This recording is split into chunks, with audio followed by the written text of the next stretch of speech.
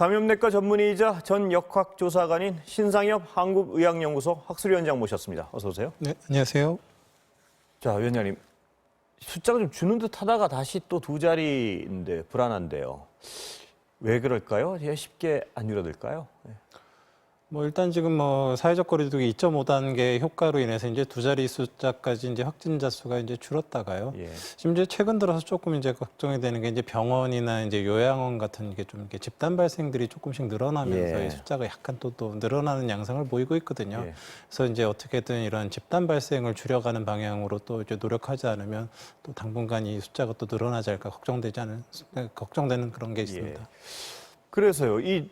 그 중에 가장 늘 방역 당국에서 염려하는 거는 이 감염 경로를 알 수 없는 분들이 너무 많다는 건데, 이 감염 경로를 알 수 없는 분들의 이 숫자를 줄일 방법이 없을까요?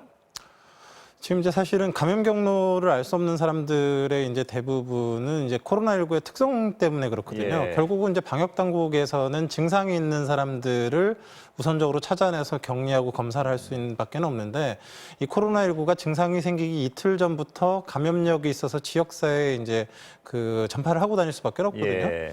그런 사람들을 미리 찾아낼 수가 없기 때문에 그런 이제 방역 당국에서 못 찾아내는 환자들은 이제 국민들의 사회적 거리두기로 막아낼 수밖에 없습니다. 한 명이 세 명을 감염시키는 그런 그 코로나19 유행의 상황에서도 한 명이 한 명도 안 만나는 이제 사회적 거리두기를 한대 그러면 이제 사실 지역사회 조용한 전파가 있든 없든 감염이 유지가 될 수가 없거든요. 예. 그래서 이제 그런 그 방역 당국에서 다 커버하지 못한 부분들을 사회적 거리두기로 이제 잘 국민들이 이제 막아줘야 되는 그런 상황이라고 볼 수 있겠죠. 이제 그렇게 돼야 되는데, 문제는 여러 방역 당국에서 지금 가장 큰 걱정하시는 부분이 추석 다가오는데요. 네. 그래서 고향에 안 가는 분들은 꽤 많은 것 같은데, 문제는 관광지 예약이 막 꽉꽉 차고 그런 것 같습니다. 이걸 억지로 못 가게 할 수는 없는 것 같고, 관광지에 가면 뭘 가장 조심해야 되나? 그냥 가족끼리 모여 있었고 어디 많은 사람 많은데 가지 말아야겠죠. 어떻게 해야 됩니까? 예. 일단 지금 결국은 그 추석 연휴에도 방역 당국에서 가장 강조하는 건 사회적 거리두기를 지켜달라는 예. 거거든요. 그러니까 사회적 거리두기라는 건 말씀드렸지만 한 사람이 한 사람도 만나지 않는 그런 상황을 이제 궁극적으로는 요구를 하는 겁니다. 예. 근데 사람이 안 만나고는 살 수 없지 않습니까? 예. 근데 코로나19 방역의 견제에서 한 사람이 한 사람을 안 만난다는 것은 내가 비록 다른 사람과 밀접하게 접촉을 하더라도 반드시 마스크를 착용하고 의도적으로 2m 이상 거리를 뛰려고 노력하고 그걸 유지할 수 없는 경우에 이제 반드시 착용을 하고요. 또 이제 접촉 감염을 막기 위해서 손을 잘 닦고 기침 예절을 이제 준수하고 그런 걸 준수했을 때는 내가 다른 사람들과 같이 이제 그 공간 안에 있거나 아니면 어떤 사람들 많은 곳에 있더라도 감염이 되지 않고 감염시키지 않을 수 있다라는 그런 거거든요. 예. 그래서 이제 결국 그 추석 연휴 기간 동안에 이렇게 고향에 가시든 여행지에 가시든 결국 이제 이동을 하게 되면 사람들이 많이 모이는 공간들을 방문할 수밖에 없는데 그런 공간을 되도록이면 가지 않으시는 게 좋겠고 가시더라도 본인이 만나는 분들이 감염되거나 감염받지 않도록 그런 방역 수칙을 꼭 잘 지켜달라 이런 것들이 이제 지금 방역 당국에서 강조하는 바라고 볼 수 있습니다. 예. 쉽지는 않은 것 같습니다. 부모님이 이제 보통 나이가 드신 분들이 많으니까 추석 때 찾아뵙지 않고, 어떻게 보면 여행을 그렇게 부모님 찾아뵙는 것보다는 조금 더 안전한 건 맞는 건가요? 어떻습니까? 보시기에. 그래서 결국은 여행이라는 게 예. 대부분은 이제 한적한 곳으로 가시는 분들도 예. 있을 수는 있겠지만 또 지금 알려져 있기는 이제 강원도나 제주 같은 이제 유명 그렇습니다. 그런 데가 꽉차 있다 관광지들을 이제 그럽니다. 많이 예. 가시기 때문에 결국 거기 사람들이 모일 수밖에 없는 구조라서 예. 좀 걱정되는 부분들이 있습니다. 이제 학교 학생들 등교 말씀을 여쭤보지 않을 수 없는데요. 확진자가 발생한 것 같습니다. 이걸 어떻게 해야 되나요? 이건. 예.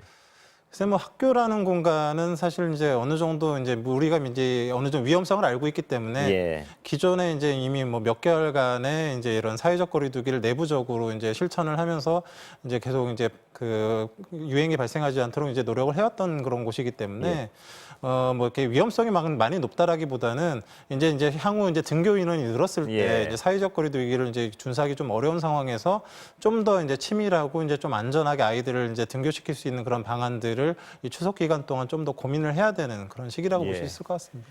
다시 독감 백신 요새 관심이 많으니까 그 얘기를 여쭤봐야 될 것 같은데, 어제 질병관리청에서 4주 정도는 상온에 노출돼도 괜찮다. 우리가 지금 노출된 시간이 그보다 짧으니까요. 이러면 좀 어떤 괜찮을 가능성이 많은 건가요? 지금으로서는 알 수 없는 건가요? 아직도?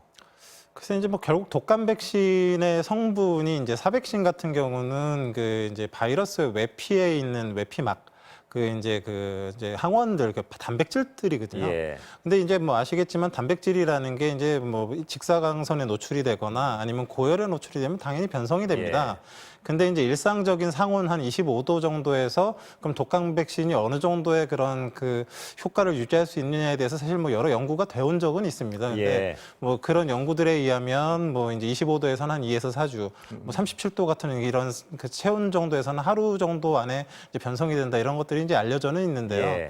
이제 그럼에도 불구하고 사실은 그건 연구일 뿐이고 이게 사람 안에서 이제 어떤 항체를 형성하고 이런 부분에 대해서 명확하게 이제 뭐 제대로 된 연구를 이렇게 하기는 어려운 그런 것이기 때문에 가능하다 그러면 언제든 그냥 가장 안전한 그런 냉장의 그 콜드 체인을 깨지 않는 상황에서 당연히 배송이 돼야 될 것 같고요. 조금이라도 의심되는 부분들이 있으면 지금처럼 다시 회수를 해서 면밀하게 점검을 하고 그 효과와 안전성을 검증을 한 다음에 다시 이제 시중에 유통을 해야만 될 것 같습니다. 예, 물론인 것 같습니다. 그런데 그럼에도 불구하고 4주에서 연구 결과가 좀 이렇게 길게 괜찮다는 말씀은 지금 검사를 해봐야 알겠지만요. 물론 결과가 나와 봐야 알겠지만 괜찮을 가능성도 꽤 적지 않다 이렇게 봐도 되는 건가요, 이게?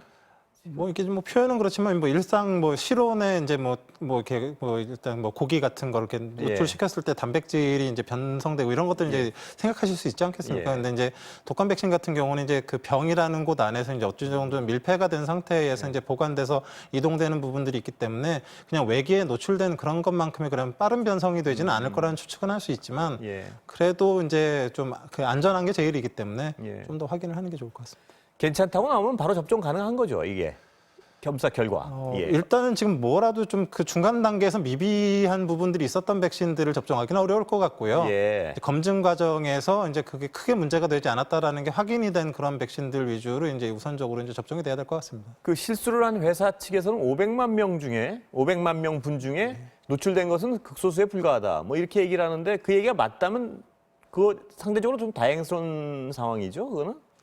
뭐 이렇게 맞기를 좀 바라는데요. 뭐 한 17만 도주 정도가 좀 문제가 있었다. 뭐 배분 과정에서 문제 있었고 나머지는 그렇지 않다라고 이제 얘기를 하는데, 근데 그건 회사의 주장이니까 이제 정부 당국에서 당연히 조사를 해서 정말로 그 17만 도주만 이제 문제가 있는 건지 다른 것들도 중간에 문제 있는지 이제 확인을 좀 해야 되겠죠. 그럼 지금 어떤 그 시간 시리얼상으로 보면 이 검사 끝나고 접종 본격적으로 하게 되는 게 어떻게 보면 됩니까? 지금?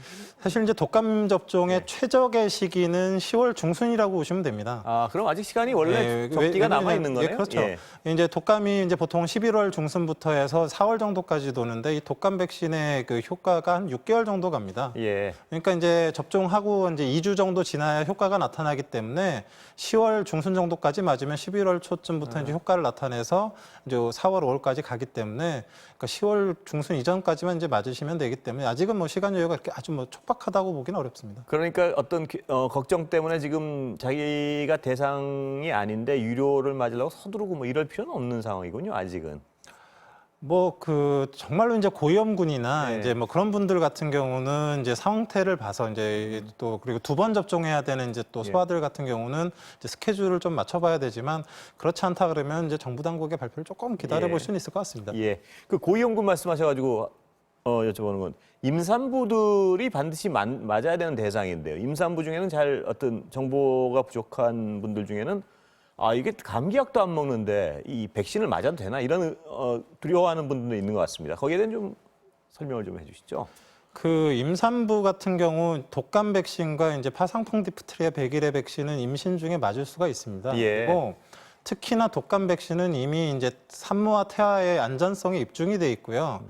독감에 산모나 태아가 걸렸을 때 사망률이 굉장히 높습니다. 그렇습니까? 어르신보다 더 높을 정도로 산모의 사망률이 높기 때문에 일단은 맞아야겠군요. 산모의 건강을 위해서 맞아야 되고요. 또 하나는 태아가 걸렸을 때도 사망률이 높고 또 산모가 맞게 되면 이제 출산 이후에 신생아는 사실은 접종을 할 수가 없거든요.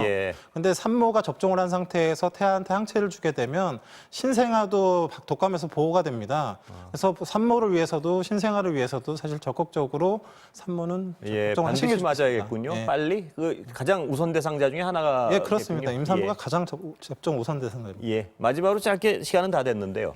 중국산 백신이 굉장히 어떤 지금 중국 측에서는 대단히 어떤 자랑을 하고 있는데 어느 정도 믿어도 되는 건가요? 전문가로 보시기에 중국 백신 수준이 어떻습니까? 이게 뭐 아직 예. 그 백신이 이제 한 4가지 정도의 플랫폼이 있습니다. 이제 예. 그 중에서 지금 중국의 이제 시노백이라는 회사에서 만든 백신은 지금 이 독감 백신이랑 비슷한 사백신입니다. 예. 바이러스를 갖다 잘 정제해가지고 그렇게 이제 분리해가지고 이제 접종을 하는 가장 클래식한 고전적인 그런 백신이기 때문에 사실 가장 많이 접종이 되었던 그런 플랫폼이기도 해서 어느 정도 그 정말로 그 임상 시험이 제대로 됐다라는 전제하에서는 어느 정도 의미가 있는 그런 백신일 수도 있습니다.